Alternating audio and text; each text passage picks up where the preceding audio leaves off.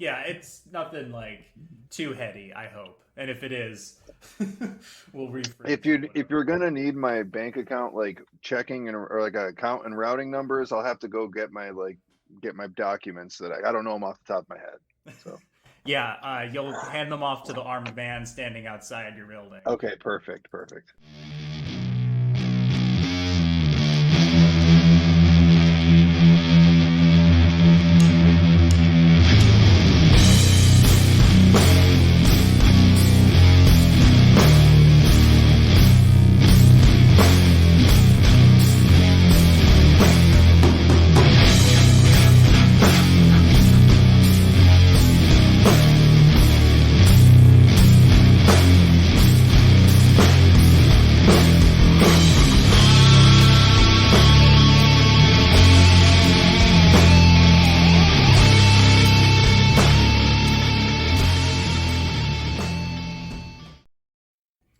Quick note, this episode has been recorded weeks in advance, so if anything sounds weird or completely out of place, that's why. Welcome, fanatics. This is the latest entry in the Diary of Doom. I'm Dylan, and join me as we look back on the rich history of doom metal and its sister sounds based on the recounted tales of its followers. Every week, we'll have a different guest to spin their yarn. You can visit the website at diaryofdoom.com, follow us on Instagram, like us on Facebook, follow the podcast on diaryofdoom.podbean.com, and subscribe and listen to the podcast on Apple Podcasts and Spotify and whatever shady podcast streaming app you want to use. And if you have a question or want to pitch something or just feel like giving me some shit, you can fire off an email to diaryofdoom1968@gmail.com. Legacy. It's a word that people love to fucking throw around because of the emotional gravity it carries. It always begs the question, what will my legacy be? It's the crux to which virtually all badly written villains in fiction are bound to. And in our reality, our own legacy as a species is already rife with problems. Legacy to many seems to be financial stability or control that ensuring your name and bloodline is continued on. For many others, the idea of legacy just isn't practical. Far too many of us are at the mercy of the world around us to even begin to think about what kind of path will I lay out for the ones that follow, whether related or not. We're just too damn busy worrying about things in the moment, and in particular things that shouldn't be occupying so much of our time. Work, rent, groceries, insurance, bills, blah blah blah. And so we find other ways to leave an impact behind in some way, shape, or form, no matter how big or small or how many people it reaches. For a musician, the idea of legacy will always be the albums and the songs they produce. It's the art by which they want to be remembered by. What about the rest of us in the heavy music scene? What will we have to offer beyond being fans of music and boasting a big record collection, or maybe a website? For me personally, I try not to dwell too hard on these things, but having done 150 plus episodes of Diary of Doom, I can't really deny there is some sort of legacy to this podcast. I've never touted this to be a professional or even a well done podcast, but I can say that I do it out of passion and because I like to talk too much. So if there is any trace of legacy to be found in Diary of Doom, I hope it would be that the people that came on felt welcomed and comfortable and that they didn't have to just promote their album. They could be and speak for themselves. I look back on this and think to myself, you know what? I did all that. From humble beginnings as an Instagram page to a whole mess of episodes, photographs, and navigating an entire year without live music and beyond. It's been a bit of a ride. So I thank each and every listener, supporter, contact, artist, musician, and guest who has come on to Diary of Doom for the last almost 3 years to make this thing a reality and leave behind what I hope to be just a small legacy in the greater heavy music world. And to do so, I've managed to rope in a guest who probably has this on the bottom of their list of things to do, but most certainly will be leaving behind an artistic legacy with a lot more integrity than what I'm doing. So I'm very happy to welcome Sean McVay from King Buffalo to Diary of Doom and to help celebrate 150 chapters. Hello, happy to be here. Thank you. I was like, man, I hope he doesn't start like crying or something. That would be awkward. Yeah, well, make for good television. Obviously, I think most people probably know who King Buffalo are. If you don't, they are a heavy psych rock band who's released a number of albums to a lot of acclaim over the last few years. I think like 3 in the last maybe 2 days or something like that. Some insane metric. But they've been very active. They're based out of Rochester, and they've been going at it since 2013, unless I have something wrong in there. That is correct. That is the first form that King Buffalo took, 2013. We did that demo that's kind of floating around that had a few songs on it, and we were a 4-piece at the time, actually. Shortly after that, our other member, Randall, life was kind of pulling him in a different direction. He ended up moving away. He moved to Philadelphia, and we parted as good buds, and he's still a dear friend to this day. And then we moved on as a 3-piece. I kind of consider really the unofficial start really 2016 when we released Orion, is I think really that's where we kind of figured out what we were figured it out as a band, you know. Well, the first time that I heard about King Buffalo was from a Psycho Las Vegas 2018 playlist, and I guess I probably also saw you on the bill, and I heard the song Orion in the playlist, and I was like, damn, that fucking rules. I hope I get to see this band, and it's a weekend in Vegas, so due to scheduling and whatnot, we didn't get a chance to see you, which in the grand scheme of things, I think is okay, since you've been touring so much. I did get to see you, I think, later that year at the Mercury Lounge, where I took a stray elbow to the face and split my right eyebrow open, which is a strange thing to happen at a show as calm as yours. Yeah, that is pretty bizarre. I think you're the first injury I've heard of at a King Buffalo show. It was purely accidental. It was not like... Okay. There was no secret fight that happened. That's funny. The last time we were at Mercury Lounge, it got a little bit there was probably more moshing than I would ever expect. It was kind of interesting. That was our most recent time at Mercury, which is the fall of 2021. I don't know, man. It's all relevant. Time. It doesn't really matter. Yeah. Leading up to all that for yourself, what are your earliest experiences with music? Did you have a musical upbringing, or did you find it on your own later on? I wouldn't say I had a musical upbringing, but my mom was definitely very supportive of it. I've always been in love with music and making noises. I was kind of a loud little kid, and I was always whether I was banging on pots and pans or singing or whatever, I was always making noise. And she knew that I was kind of interested in these things.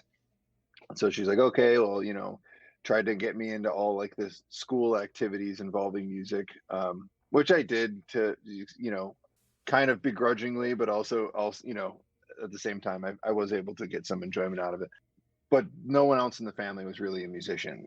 She just knew I liked it and was pretty good at it, so was very supportive. I think one of the first memories I have of falling in love with other, besides just making noise as a little kid, was one of my first memories was I was probably around 4 or 5, and I was riding in the back seat, and my mom was listening to Crosby, Stills, Nash and Young, and it was the song Ohio, and I just remember loving that song for some reason, which is really funny looking back on it. And I was just a little kid, and I'm in the back seat singing For Dead in Ohio, and I'm this is the greatest thing I've ever heard. And so from there, it was just a constant rotating list of things that I got into at different times. When do you think you discovered heavy music, and do you have a landmark album that you think kind of changed the way you looked at it? And it doesn't have to be metal, because King Buffalo is not a metal band. But I'm sure there's some metal influence in there somewhere. Yeah, there definitely is. This is going to be hilarious. I think the first recorded piece of music that I ever bought with my own money that I earned from chores and mowing lawns was the Mortal Kombat soundtrack. Yes. I was 12, I think, 11, maybe. I was pretty young, and that thing still slaps. I still have the cassette. It's amazing. It is And awesome. there's like some metal stuff on there. Everyone knows the Mortal Kombat theme song. There's like I think like Fear Factory was on there, like Napalm Death, I think. I don't know. There was definitely some metal on there. Geezer, I think it was Geezer Butler, but I believe he had a track on there that was like really metal, like very, very metal, like guttural, like screaming. Like I don't think he was singing, of course, but Oh uh yeah, it had that. It was one of those weird side projects. I just heard about this on the Toilet of Hell podcast, and it was this strange side project that Geezer Butler did, and it was spelled GZR. So like basically just yeah. Geezer. I don't know Yeah, who. Oh, so and Burton C. Bell was in it. so that was probably my first like so I grew up, I was always listening to whatever like there used to actually be like rock radio stations in Rochester when I was a kid that they don't really exist anymore. There's like some independent ones, but so I was always listening to like the radio and stuff. But there in particular there was one independent station which is still around. It was 90.5 FM WBER, and they're still around. And that's where like in the mid to late 90s they were starting to play like they were some of the first people to like start playing new metal. And so I definitely was like of that age. I definitely got into new metal. I loved like Korn and System of a Down and Limp Bizkit and like all that stuff. And then but I didn't really get into like heavy music as like a thing. Like I didn't feel like I could do it until I heard I was like digging around. I was 14. I was digging around in my attic and I found like a box of old records and I found Black Sabbath's Paranoid. And that's when I was like, huh, like I hear all the grandpas talk about Black Sabbath. I didn't really listen to it. And I like went and like by that time I had commandeered the family turntable, put it on and like I had headphones and I put it on and listened to it. I'm like, this is the coolest fucking thing I've ever heard. Probably like everyone who's ever heard that record who's been on your show. And it was incredible. And that was when it like, I don't know, like it really resonated with me in a way that felt like, oh yeah, this is like something I'm into. And then from there, like I got really into like Tom Morello's guitar playing and which he kind of had sort of like a bit of like, emphasis on like rhythm and just big riffs, sort of, I think kind of cousins stylistically. Of course, like Brad Wilk went on to play with Black Sabbath, so that was like pretty cool. Like Hmm. circle. I don't know. I'm kind of like meandering into all these, all this stuff, but By all I, means. yeah, that was like a lot of what I did. Like when I got my first guitar, when I was 15, I didn't. It was a total surprise. I had never asked for a guitar or anything, but again, like my mom was like very supportive. Every time my uncle had a couple guitars, and I'd go over there. He's not really like a much of a musician, but he always liked the guitar and liked singing songs about like farts and stuff. He's like kind of like a goofy, fun party guy. Whenever we'd go over there, I'd always like find myself like wandering over the guitar and like I had no idea what I was doing, but I was trying to play. And so it was for when I was 15 or 14 going on 15. It was Christmas. She surprised me with my Christmas present that year was the Ibanez GAX70 beginner's guitar that like I think they sold them at like Walmart and stuff. It was like immediately like that was like total life-changing moment. I got that and I'd fart around with it. I didn't know what any of the knobs really did on the little practice amp, but I remember when I found the distortion button on the amp. And I remember I pushed that button for the first time and I just started like not actually playing anything, just like masturbating all over the neck of the guitar. And I thought it was the coolest sound. I thought it was the coolest thing. I had no idea what I was doing, but I was like, oh dude, I sound just like Eddie Van Halen. Like I didn't, but yeah. And But it's like then the from first there, time you're controlling some like that. It's got to be like just like I didn't know I could do this. yeah. And like to me, it sounded amazing. Now I think if I was to go back and like play through that same amp and turn it on, I'd like have a brain aneurysm. But like at the time, I was like, this is perfect. Like, this is what rock guitar sounds like, man. So I was like the coolest thing. And then I just would spend from there, any hope that my mom had of me like getting seriously like trying to do well in school was over because it became like I get home from school and I play my guitar until dinner time and then I eat dinner and then I go and I play my guitar. until I go to sleep. And they're just like playing along to whatever record I was really into at the time.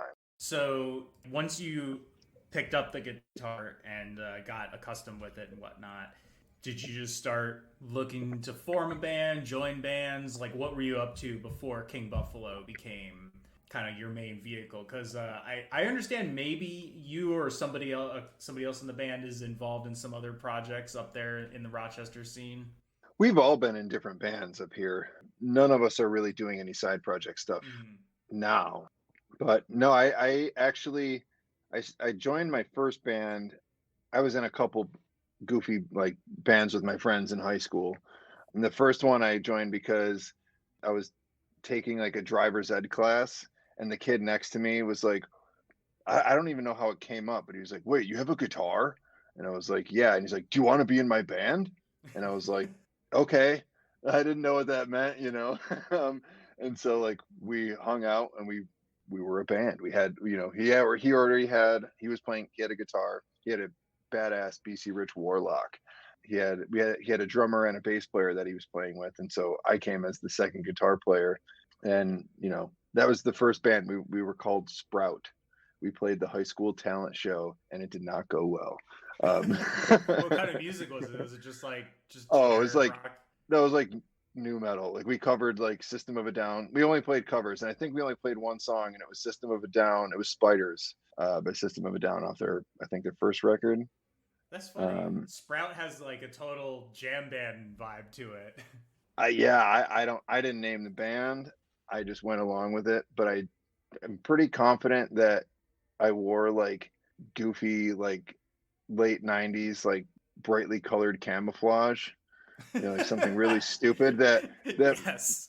that my buddy who like the one who was like, "You want to be in my band?" He was like, "Yo, so you have to wear this. You have to wear this for the show." And I was like, "Cool, dude." Like and I did. And I think I looked like a complete moron, but You should bring that back. um maybe it probably, the 90s are back. Yeah, so and then I had just like a kind of a rotating cast of high school bands really from there, as people decide they don't want to do it anymore, or you meet new friends. And then I went to college. I went to SUNY Fredonia for sound recording technology, and I kind of got out of. I didn't stop playing guitar, but I stopped performing. I didn't really like want to deal with like forming a band. I was like more into at that point learning about studio stuff, and I got into like trying to be a like make beats and work on like I got into like studio tricks, indie rock and stuff like that. And like I didn't really do the band thing at all for that 4 years. And it wasn't until I left college and moved back home that I ran into another buddy of mine who was looking for actually a keyboard player. And I said, "Oh, I guess I could try to do that." And I fumbled around a little bit, and then I was like, well, what if I played guitar on this song instead of keyboard? And then it slowly transitioned to, how about I just play guitar and not keyboard?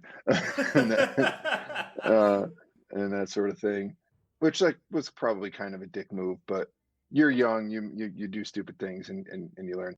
So we did that I was in that band for a few years, and then that same drummer that we, of course, like broke up. We thought it would be a good idea if we all rented a house together so we could be really productive, which was like a recipe for disaster, and just meant like we were all like in our early 20s, just like partying and acting like idiots and not really getting any work done and not really taking the band seriously. So we eventually broke up, and it's fine. But me and that drummer started another project that ended up becoming a band called Abandoned Buildings Club. And that is where after a while we brought Dan in to play bass. That's where I met Dan, who currently plays bass in King Buffalo. That's how I met him. He was friends. So we had two drummers in Abandoned Buildings Club. He was friends with the other founding drummer, and the other founding drummer kept saying like, you have to get Dan. You have to bring Dan in. He's really good. It's going to be great. Like, you guys are going to hit it off. It's going to be awesome. I was really hesitant for a while because I had seen some of their old bands, and I was like, I don't want this to become like your other band. Stylistically, it was a lot different. But then after a while, it was like kind of obvious, like, yeah, we should give it a shot. And then like immediately, it was like, oh, this dude's like a killer bass player. we've been playing together ever since. So we did Abandoned Buildings Club for a few years, and then we both did King Buffalo together as well. What is it like to graduate from like a localized scene in Rochester to now a worldwide music scene with a very passionate fan base?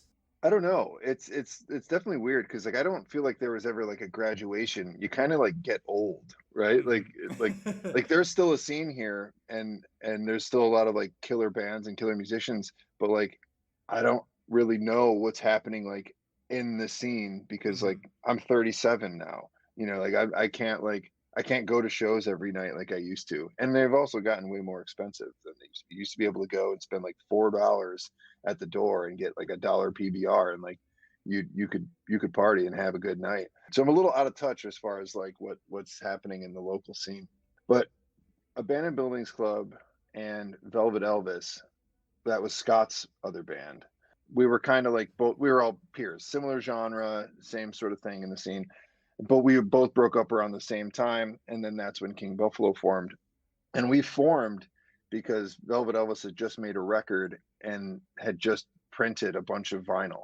And then they broke up right before it was going to be released. And so they were stuck with all these records. So Scott reached out and was like, "Hey, can you like come, and you and Dan, like, can we learn Velvet Elvis songs so we can tour, as you know, and sell these freaking records, because I don't want to be stuck with them forever." And we said okay, and then we never actually learned the songs. We just kind of started jamming, and like after like a few weeks, it was like, well, why don't we just be a band and write our own songs? And then we hit the road within a month. We were touring immediately. Borrowed my uncle's RV because the van we were gonna take broke down right before, like literally 2 days before the tour, and we were like, oh man, we're totally fucked. Like, what are we gonna do? And so I called my uncle and I begged him, and he was so stoked and so generous, and he let us take it. And then so we hit the road, and we ended up picking up All Them Witches at the time. And this was again 2013. And so we did a tour. Our first tour together was with them before anyone knew or care about either of our bands. And so we knew from the beginning that we were always going to be touring. So we never really focused too much on like playing too much locally. So I don't know how, if I'm like touching on the question you asked any at this point anymore. But so we knew we would always want to be touring. So we just kind of focused on that, and we did it a lot. And we'd play locally every few months, maybe twice a year. And I mean, as much as I love Rochester, I love the people here, I love the scene here. It is small. Like it's never going to be enough to like, pay the bills, the Rochester music scene. So we never really focused too much on like putting too much eggs in the basket of like really like having a local scene pull, if that makes sense. It does, and I guess like just sort of like my follow up would be like, it just seems like you're obviously you have like a loyal fan base like here in the States, but it seems like it just blew up overseas. Like it just seems like people like were just like, holy shit, this fucking band like needs to come play in Europe like right now. The amount of like positive feedback we get from Europe and support from Europeans is incredible. And in general, I just definitely think the music scene is way different over there than it Mhm. is in the States. There is countless small to medium sized festivals dedicated to underground rock music, whether it's like specifically psychedelic rock or specifically stoner rock or specifically doom.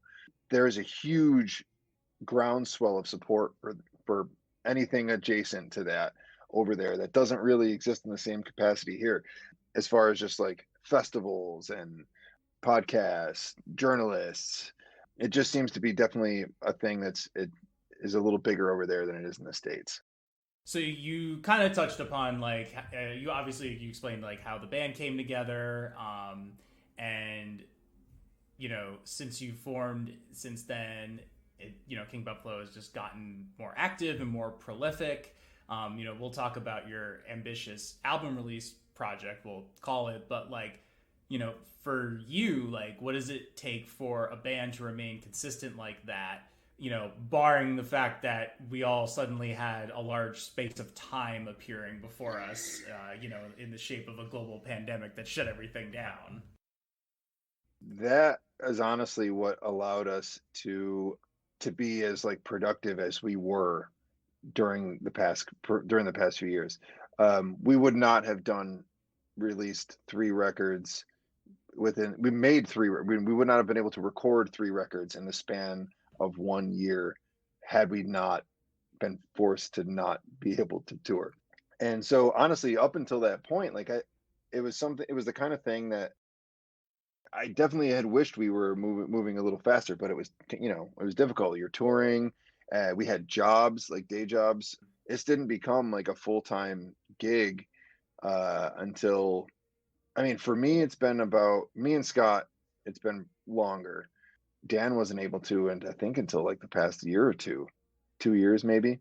Again, time, it's been a big blur. But so for a long time, we were doing like double, triple duty. Working a day job, trying to tour, trying to practice, trying to record our own records, trying to maintain relationships and homes and like not go insane. So that was definitely a struggle for the first big chunk of time as a band. We were just lucky that we were all on the same page about trying to make the best use of our time once COVID hit and touring got shut down. We didn't really know what we were going to be able to do. We were blessed to have a very large room that we could practice in where we could stay really far apart. And we had put up like a plastic barrier around the drums, and we would wear masks and all this stuff. And so we were able to get together and meet up, which I know a lot of people weren't, with whatever was going on in their specific region. We kind of got lucky we in general really are just a product of a whole lot of luck, really, whether it's one thing or another. It just seems to like we've kind of lucked into a lot of situations. I don't think people anticipated, King Buffalo suddenly turning into this like, I'm like wearing their shirt, but almost like this clutch-like entity where it's just like album, tour, album, tour. And, obviously there were like odd circumstances, and it was just like, holy shit, this is really fucking ambitious. And like you played in a cave. Like that was pretty cool. Yeah, that was Scott's idea, and it was really difficult. I'm really happy we did it, and I'm proud of the product. I'm proud of the record. I don't know if I ever want to make a record like that again. Like it was a long day. We did it all in one day in the cave. We loaded in the morning. We were there for 12 hours, loaded in, brought a small recording rig and a camera crew and an audio, and just got it in, set it up, did a couple takes of each song, packed it up. And it was one of the hardest things we've ever done. So I'm really proud with how it came out. But that was so difficult, man. That was Scott's idea, to do a record in a cave. Where was it again? It was Howe's Caverns in a Howe's Cave, New York, I believe is the town. It's actually, I believe, like the second biggest natural attraction in New York State, next to Niagara Falls. So there's Niagara Falls is huge, and that's like big. And then this is like it's actually a really, really big fucking cave. So I love that it's like this beautiful, majestic waterfall. What's the next attractive thing? This hole in the ground. Oh, it's a big fucking hole in the ground. It's huge. And then it's like apparently some like old family who's been here for hundreds of years, like it's their land, like it's private land. And like there's a what was at one point like the family mansion 200 years ago or whatever is now like the main like reception lodge, and like you take an elevator like 150 feet like down into this cave, and it's just like this massive cavern. Oh wow, that actually sounds really cool. Sarcasm retracted. Yeah, although I will say I'm a little bit like, which one of you's Batman? Like come on. Like you have this, yeah, right. Like big mansion, cave right next to it. Yeah, I mean, come on, but it's never too late. And I mean, you've also toured pretty intensely since the opportunity to do so opened back up. It's like just this year alone, I've seen you opening for Uncle Acid and then filling in at Desert Fest, New York. Before that was with Clutch and Stoner. What's the touring landscape been like, for you since it opened back up? Is it like, I know everyone's on tour right now, or at least when I'm recording this, and I've still got tickets lined up for down the year for shows, and everyone's on tour right now, and it's like kind of insane just because you're like playing catch up for all these years. So suddenly it's like, damn, I'm going to like a concert every weekend, sometimes during the week too, and especially being here in a hub like New York, people are always going to stop by. It's kind of interesting because a lot of the shows are reschedules from stuff that you had booked pre-COVID. So you did something that was you were supposed to do 2 years ago. So that's been pretty interesting. But it's honestly, it's been fantastic. It was a really scary time when everything got shut down because as I don't know how many of your listeners know, but like touring is really the only way to like stay economically viable, financially viable, like as a band. Really, like at least in our like the way we found, like it's tough. And so when that got shut down, we were like got very kind of worried about like I had quit my job I think a year or two before that, and so it was like, are we gonna even am I gonna have to go back to that job that I hated? Are we gonna have to do this stuff? And we ended up doing okay. And honestly, the amount of support we received from there, that like really like our shows are way better now than they've ever been. Like they're bigger. The crowds are fantastic. It's been incredible. We feel like incredibly going back to being like super lucky. Like it's just so cool. Some of the places we've gotten to play, like on this last European tour, we played on the top of a mountain in the Alps. It was amazing. We just played Burning Man. Yeah, Uh, I had like that uh, noted down. What is that like to play Burning Man? Like, it was one of the coolest experiences of my life, hands down. Like it would be on the Mount Rushmore of experiences in my life. I loved it so much. It was incredibly difficult. The elements, like it is like a hostile environment. Like there's mhm. dust everywhere. It's getting in all of your pedals and your guitar into your like throat and lungs. So like trying to sing is like not easy, but it was so cool. It was fantastic.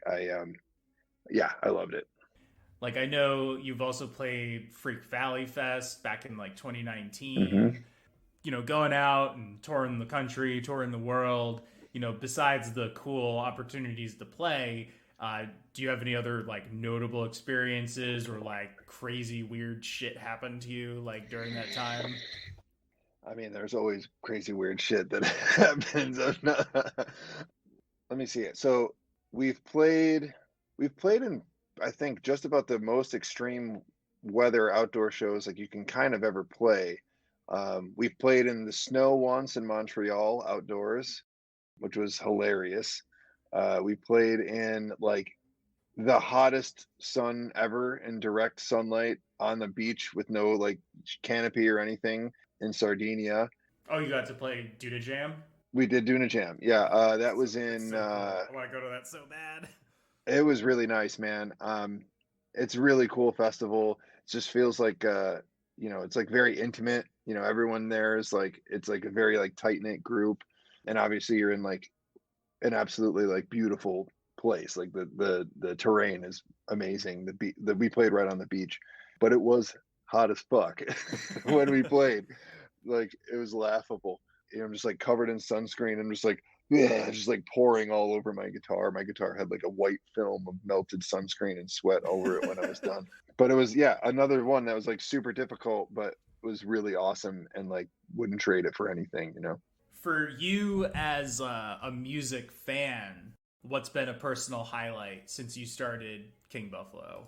I think doing that clutch run that was like when it first got locked in, I'd be a liar if I said I didn't like get kind of like all misty eyed, like Mm-hmm. it was Elephant Riders was the unofficial like soundtrack of my high school experience. It's like, me and my stoner homies, that's what would we do on the weekends? We'd pile in my buddy's Chevy Suburban and we'd crank that record and we'd, medicate ourselves and then go bowling or like go party in a field. Like I grew up kind of out in the country, so there wasn't like a ton of stuff to do. It'd be like, we're gonna go have a bonfire in the middle of a field. We're gonna go bowling or go get a bunch of donuts from Krispy Kreme and each eat a dozen donuts to our face while we were just baking out this Suburban listening to Elephant Riders.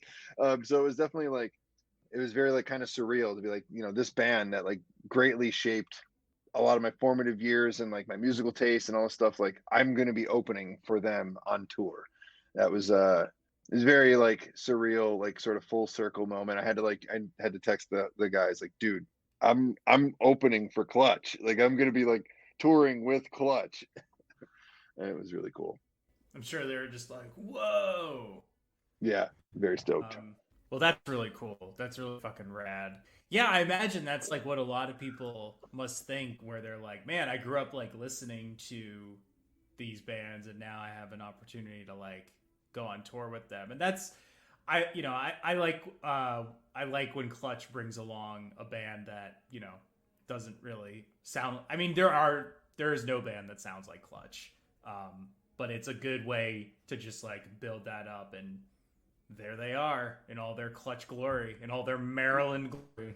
Yeah, it was super cool, man. And like, it was hard for me not to like fanboy out. I think I had to say to Neil at one point, like, all right, so this is gonna be my fanboy moment. I'm just gonna like talk at you about how amazing and you are and like how you guys were the soundtrack of my high school experience. I had to like get it out, and then I'm like, okay, we're done. I'm done now. I won't bother you like that. And Neil's like, you sure, man? You sure? Yeah, he was totally cool. He was just like, cool, man. That's awesome. Well, besides Clutch, like, what is something that would probably surprise your fans that you're a fan of? Well, I already said Limp Bizkit, but I've been hyping up that train for a long time now. It's hard for me to think of what would be surprising, because I think like I honestly do think a lot of people in this scene, a lot of musicians that play in this genre have like really diverse taste in music, and so there's not a lot that's like that would be that surprising. I love like weird like blips and bloops music, like kind of like weird noises. I don't know. I guess I don't know if I have anything that's shocking. I also do love like, oh, okay, this might be a surprising thing. Like I think Third Eye Blind is awesome. Yeah. Okay, there you go. That's one. Like that one record, the record, the one with like what Semi Charmed Life and like Jumper on it. That is like, and I told you I got into like studio stuff. Like it's like a perfect pop rock record. Like it's like it knew what it was and it did it. So I do have a taste for like very pop things at times. That would probably be a good surprising one. I like the Eagles. I love the Eagles. The Eagles are awesome. Am I supposed to like do the Big Lebowski quote now? I mean, you could. It's totally fine. Ex of mine, I remember, said semi-charmed kind of like defined her life perfectly. Don't think she ever touched a single drug up until her life at that point. So I was like, huh? Yeah. I was a little bit like red flag, and then they're like, oh, she didn't do drugs, which is still, I don't know, that makes it almost weirder. Yeah, it was very bizarre. I was like, this song is about a lot of drugs, right? Yeah. That's honestly one of the things I loved about it. It's just like the heinous story of like addiction and depravity, and it's got like middle-aged housewives like do like bopping along to it, like in their like SUVs driving the kids to soccer practice, and I thought that was amazing. It is a pretty decent troll, I gotta say. Yeah. Besides music, though, I do understand that you're a fan of fishing or angling. That completely took me by surprise. Is there any bond between music and fishing for you? A little bit. I used an analogy recently when someone was asking about like when do you know when like when a song is done, or like when to give up on an idea or something. And I made an analogy to fishing, and I actually like I hadn't really thought of it like this before, but it kind of came to me in the moment. But one of the things I learned from fishing is like, if you're in a spot that you think is the perfect spot to catch fish, and you're trying to catch fish and you're not catching any fish, just move, right? Like you could force it. Like, one of the things when I was younger or getting, early in my fishing career You'd stay there and you're like, I know there's fucking fish here. I saw him jump. I know it. I just got to change. It's the bait. I got to use a different bait. I got to use a different lure. I got to do this. And it's like, no, sometimes you just need to move. I do think like there are lessons to be, you can find lessons for anything and anything you're doing and any other thing. So it's like, okay, like if you have this riff that you think is, you're really into, but you can't quite make it right, instead of forcing it, just move on to something different. Just stop and move to a different place and like try something different. Come up with a different, record it on your little phone and save it for later. And who knows, maybe in 2 years you'll be listening back through some voice memos and you'll be like, oh, I finally know what to do with this. I honestly, what I really like the most about it, about like going fishing, and this is off of the allegorical thing now, but it is very relaxing. It's very like calming thing, and it kind of helps my brain to like zero in on like things that are happening right now, right? So when you're fishing, you're thinking about like, what temperature is the water, what's the wind like, where's it coming from, where's the sun, you see a little tree over there, you flock of birds that are clearly like feeding on some bait fish over there. So as opposed to like thinking of the big picture of, I'm sitting in a park looking at a lake, right? Like it helps to like, for me to like zero in on little things and be more like present in whatever moment I'm in at any particular time.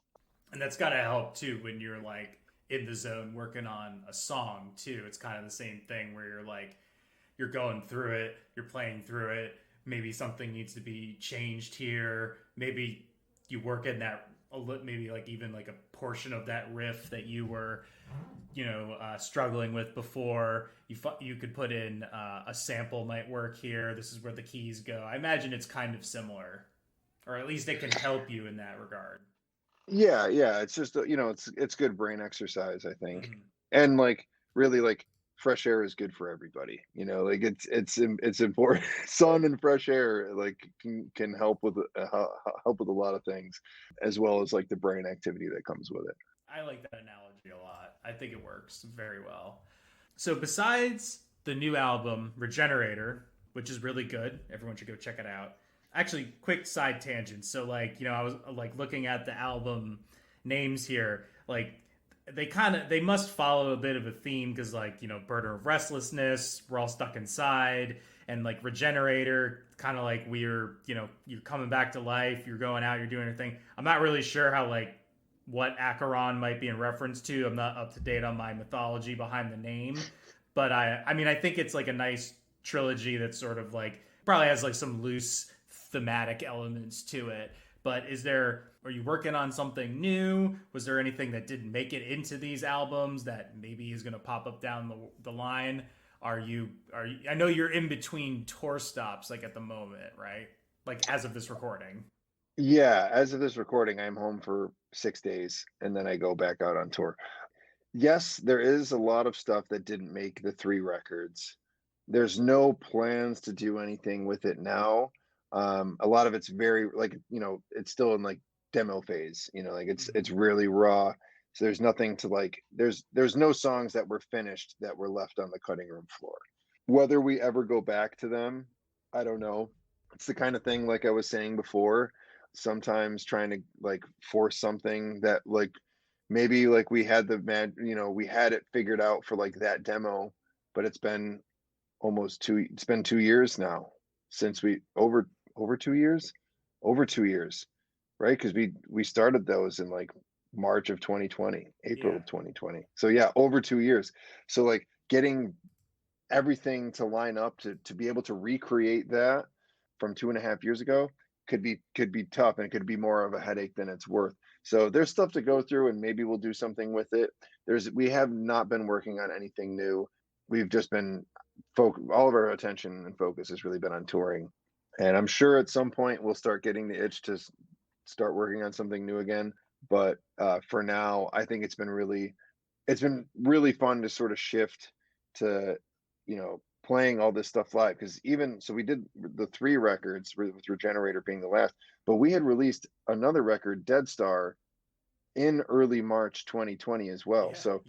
Like we have 4 records out since we've been to a lot of places. So it's been cool to like focus on playing those live and figuring out how we're gonna write set lists and how we're gonna play some of this stuff. So it's been really fun, and I don't know if we're gonna change off of that anytime super soon. You've got a library to pull from now.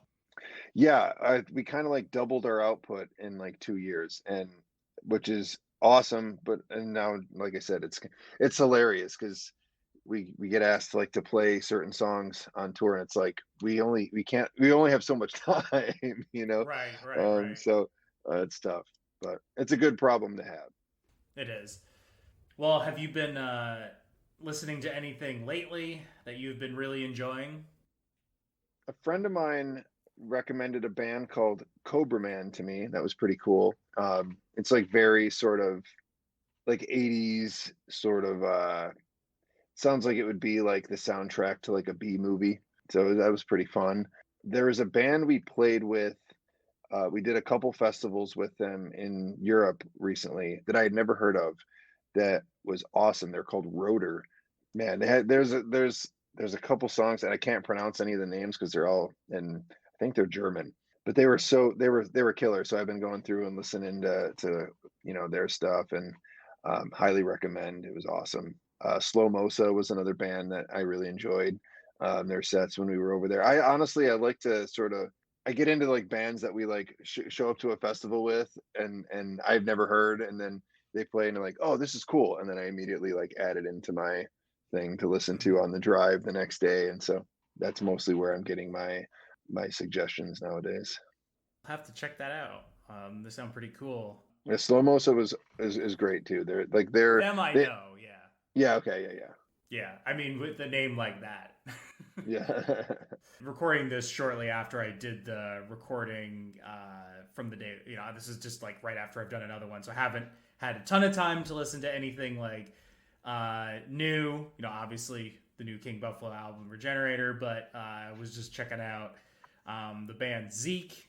If you don't know them, Jeff Matz, who's in High on Fire and Mutoid Man, he was in that band for a stint. Listened to their album Super Sound Racing, and I was listening to some Earth because I think Earth's calling it quits probably within the coming years or so. Can't blame the man. He's he's led an interesting wild life. But I was just listening to their old stuff today, Pentastar and Hibernaculum, great albums. And I bought From the Ages by Earthless on cassette, and I was listening to that last night while I was editing some pictures. Cool. So that's what I've been listening to, and who knows if I'll have anything interesting to say in this just because I've been doing so many of these this week. So, well, do you have anything that you'd like to plug or promote at this time? You're obviously by the time this podcast comes out, way down the line, you'll have been on tour and probably going on another tour. But is there anything that you want to like let people know about that might be coming in 2023 or before the end of the year? We will probably, by the time this comes out, we'll probably be done touring for 2022 for this year. But I believe we're finalizing plans, and we'll have stuff to announce for 2023. Maybe by then, I'm not sure. But I know we're going to have a busy 2023 as well. So if people are interested in catching us live, check out our website or follow us on social media, and I'm sure we'll have announcements. And hopefully we're coming to a city near you. Well, thank you for taking the time out to do this special episode with me. Do you have any questions for me? I never like answer questions on here. So this is the 150th episode.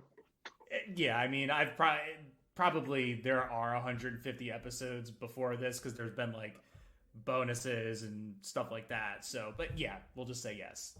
Cool. Well, because that's a good number. So it seems like a landmark number. So thanks for having me for this landmark 150th episode of Diary of Doom. Awesome. I'm glad I don't have to answer any questions. Are you from Brooklyn originally? Well, I was born in New York City, but I was quickly ushered off to the true motherland of New Jersey. That's where I was raised. So I've returned to my roots, so to speak. Wow. Well, it's very brave of you. Yeah.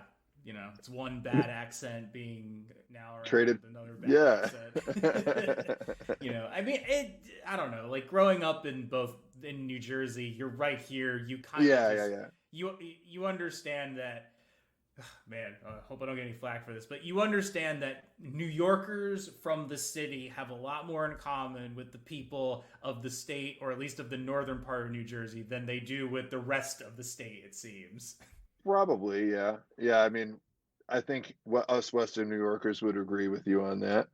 I mean, you're a lot more polite, a lot more like, we'll wave at you, we'll smile, and everyone here is just like, get out of the way, gotta go, make a lane. It's a busy place. A lot going on. It is, but I like being here, and there's obviously lots of opportunities to see really cool shows, and totally there's a ton of like really cool local bands and everything, so can't think of a place I'd rather be to, be able to like do this and take part in it. So I'm thankful for that on my end. And that's great. I'm gonna say before I grow any kind of further ego out of this. So once again, thank you. This has been Sean from King Buffalo. This was fucking rad and a great way to bring about the 150th episode of it, and see where it goes from here. Thanks a lot for having me, man. This has been a blast. Congratulations on 150 episodes. Here's to 150 more. Awesome. Thank you. That'll do it for this chapter of the diary.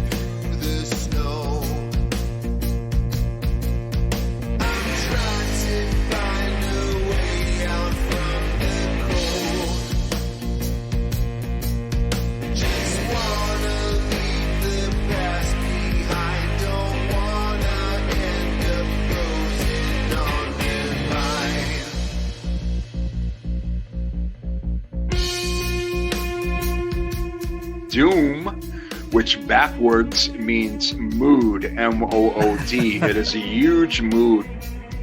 It's really been a long time kind of down that stoner rock path. Like, that's kind of what I listen to more than anything.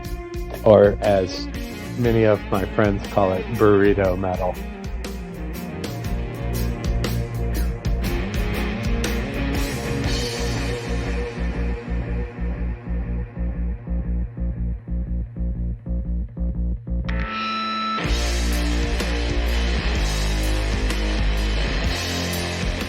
We're older now and a little bit slower, so we don't need it to be so fast and so hectic all the time. So I just feel like we've all kind of gravitated towards, it's still heavy as fuck, but just not as hectic. You don't need that as much when you get older. You kind of slow down, so the music slows down a little bit. Do you know what the movie Tetsuo the Iron Man is? Yes? Okay, well, this music is kind of like that. It's sort of the feeling I get.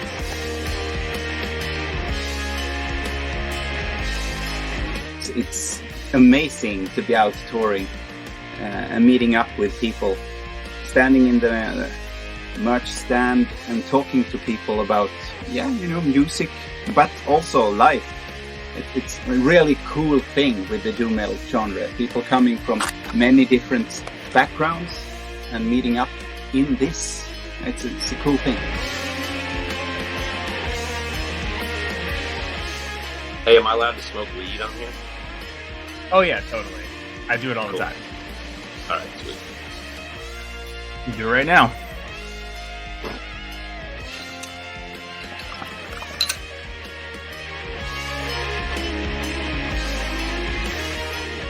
Even if there aren't 100 people there, even if there's only 2 people there, and the bands are your friends, and they're just playing their heart out for you guys, and it's just the feeling of playing rock and roll, man. It's the feeling of just letting it all out.